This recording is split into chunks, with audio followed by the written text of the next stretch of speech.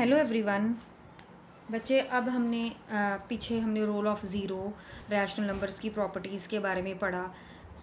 अब जो next, this is part third of the video, जिसमें हम डिस्ट्रीब्यूटिव प्रॉपर्टी या वितर्कता के बारे में पढ़ेंगे। देखो, ये भी बहुत इम्पॉर्टेंट है प्रॉपर्टी, क्योंकि जो तुम्हारी एक्सरसाइज 1.1 है ना, उसका फर्स्ट एंड सेकंड क्वेश्चन में ये प्रॉपर्टी यूज़ होगी। तो ये कह रहा है कि एडिशन और सब्ट्रैक्शन में, योग और जो घटाना में ये वाली प्रॉपर्टी फॉलो होती है, वितर्कता कि अगर ए है और इन दोनों की तुम ग्रुपिंग कर दो, ठीक है, ए प्लस सी की ग्रुपिंग कर दो, तो ये किसके इक्वल आ जाएगा, ए बी प्लस ए सी। तो हम इसका पहले LHS लेके देख लेते हैं। रैशनल नंबर्स में हम बहुत सिंपल रैशनल नंबर लेते हैं 2, 3, 4। ठीक, पहले इन दोनों को हम ऐसे करके देखते हैं। 2, 3 + 4 की हमको ब्रैकेट में क्लोज कर दिया 7, दैट इज़ 14। ये LHS ले लिया। अब RHS ले लेती हूँ मैं, AB + B AC। ठीक, A तो हमारा क्या था, 2 था, दिस इज़ B 3 था, C हमारा 4 था। 2 × 3 + 2 × 4, this is 2 3s are 6, 2 4s are 8, that is 14। तो एडिशन की प्रॉपर्टी हमारी यहाँ पे डिस्ट्रीब्यूशन में फॉलो होगी।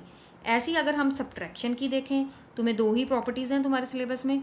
ठीक, सब्ट्रैक्शन की देखें तो उसमें क्या है, a × 3 - 4, a हमारा है 2 -1, तो इसको मल्टीप्लाई करोगे -2। अब हम दूसरा चेक कर लेते हैं, AB - AC। 2 × 3 - 2 × 4, this is 6 - 8, again -2। मतलब ये एडिशन और सब्ट्रैक्शन में ये वाली प्रॉपर्टी, डिस्ट्रीब्यूटिव प्रॉपर्टी फॉलो हो रही है। योग और घटाना में वितर्कता की प्रॉपर्टी तुम्हारी लग रही है, ये गुणधर्म लग रहा है। अब ये मैंने तुम्हें इसलिए कराई क्योंकि ये एक्सरसाइज 1.1 का जो फर्स्ट सम है ना, वो हम अब डिस्कस करेंगे कि उसमें क्या है। देखो बच्चे, ये क्वेश्चन दे रखा है, -2/3 × 3/5 + 5/2 - 3/5 × 1/6। अब मैंने इसको ना तुम्हारे बुक में लिखा है कि इसको ना उचित गुणधर्म लगाओ, वे यूजिंग प्रॉपर्टी, कि तुम्हें इसको ऐसे ही नहीं सॉल्व करना, प्रॉपर्टी के साथ सॉल्व करना। देखो, अगर तुम इसको क्वेश्चन को ध्यान से देखो, यहाँ पे भी 3/5 आ रहा है, यहाँ पे भी मेरे पास 3/5 आ रहा है। ठीक, तो मैं पहले इन दोनों को इकट्ठे लिखूँगी, -2/3 × 3/5 -3/5 × 1/6। ठीक, और +5/2 बाहर। ये मैंने इसको ऐसे लिख लिया। ये कौन सी प्रॉपर्टी यहाँ पे लिखी है, लगी है कॉम्यूटेटिव, मतलब तुमने ऑर्डर वो कर लिया, इसका क्रम विनिमय।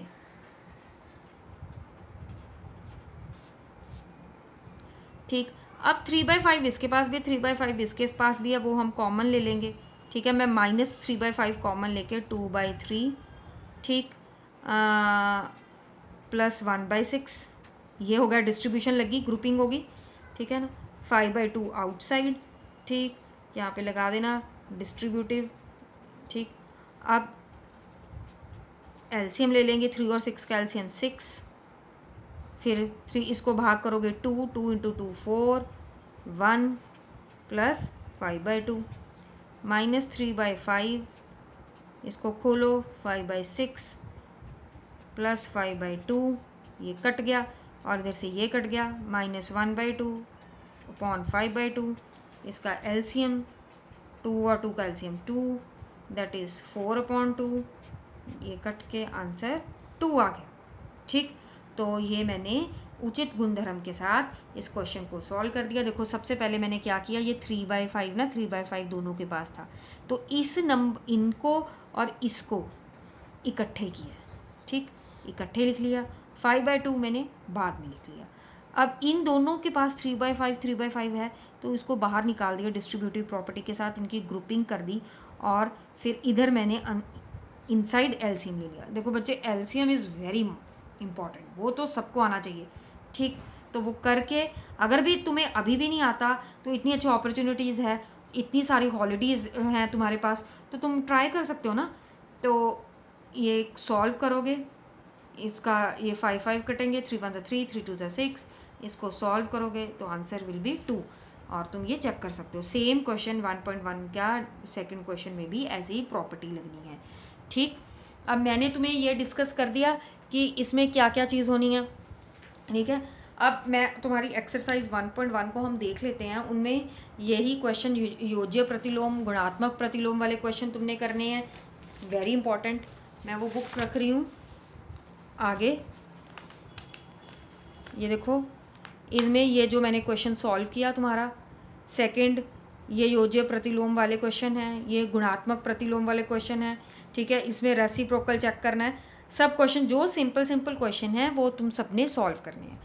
एक मैं तुम्हें यहाँ पे एक इसका क्वेश्चन नंबर 10 और 11 मैं तुम्हें बता देती हूँ, क्योंकि ना ये बड़ा इंपॉर्टेंट है, पेपर में आ जाता है ये कई बार, कि rational number that does not have a reciprocal. ऐसा एक रैशनल नंबर बताओ जिसका कोई रेसिप्रोकल नहीं है। ऐसा कोई रैशनल नंबर बताओ जिसका रेसिप्रोकल ही नहीं।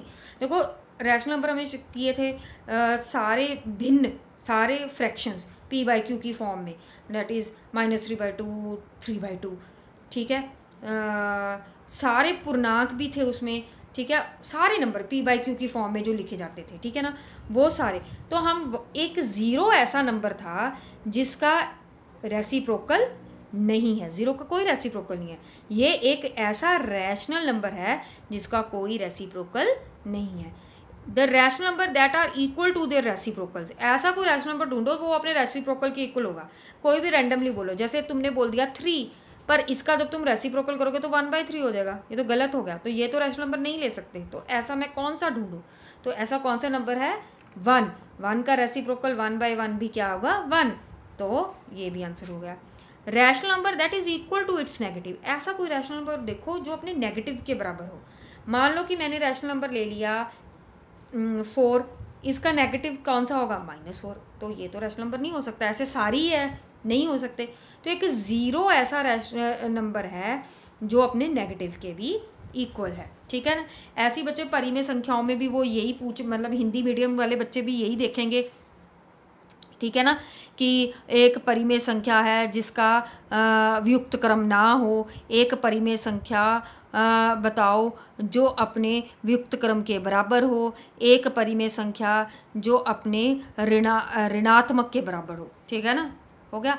अब आगे है filling in the blanks. Zero has dash reciprocal, zero has no reciprocal. Zero है मतलब शून्य का कोई भी व्युक्त क्रम नहीं होता। ऐसे कौन से नंबर जो अपने रेसिप्रोकल के बारे इक्वल होते हैं, वो अभी किया था इसमें, 1 and -1। Reciprocal of -5 is -1/5। Reciprocal of 1/x is x। Product of 2 rational number is always a rational number. 2 rational number को गुना करोगे तो रैशनल नंबर ही आएगा। Reciprocal of a rational number is positive rational number is positive rational number. Positive rational number 1/3 ले लो, है ना, इसका reciprocal करोगे तो 3/1 आएगा, फिर से वही पॉजिटिव रैशनल नंबर आ जाएगा। ठीक, थैंक यू स्टूडेंट्स। अब हमने 1.1 भी डिस्कस कर ली है। ठीक है, goodbye, all the best.